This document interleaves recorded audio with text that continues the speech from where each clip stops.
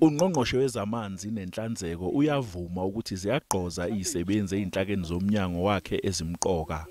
The gap between when you decide on a project and actual implementation, it takes a while, and I think department has also even almost accepted that when you start a project, you don't rush.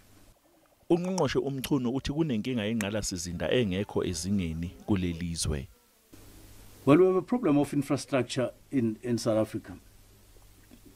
Almost all the municipalities that we had who are water service authorities, and those that are not water service authorities, there's a problem of infrastructure, water and sanitation infrastructure. Manje ke umnyango wezamanzi usuhlela ukuthatha amanzi wahambise ngqo kulezo indawo ingenawo ikakhulukazi ezasemakhaya. Our attention in terms of prioritizing has had to shift to addressing issues of delivering water right to the communities, especially in rural areas where no water has been delivered before. Uxolisile ebantwini bakulelizwe ngokugqoza kwamanzi wathi ucela babekezele. We are here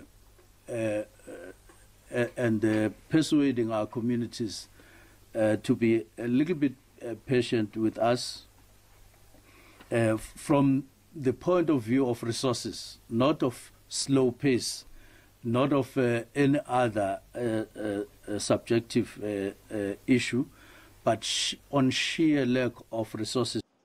Ukugqoza kwamanzi eNingizimu Afrika kunomthelela ongemuhle emnothweni wezwe ikakhulukazi kuleyo mkhiqizo evela kwezolimo. NginguCalvin Dludla wezindaba zeSABC.